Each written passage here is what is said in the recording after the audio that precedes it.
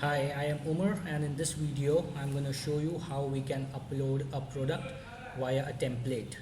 So this is our Excel template for the product details. So we are going to upload raw material 7 and raw material 8 with all the details. I'll go to favorites, import records, upload file, upload product template. It will automatically map all the fields.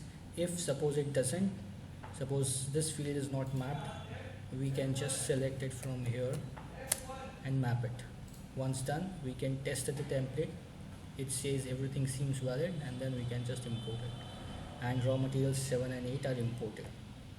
So here you will be able to see all the details, the sales price, the cost price, and in the additional information all the details are here.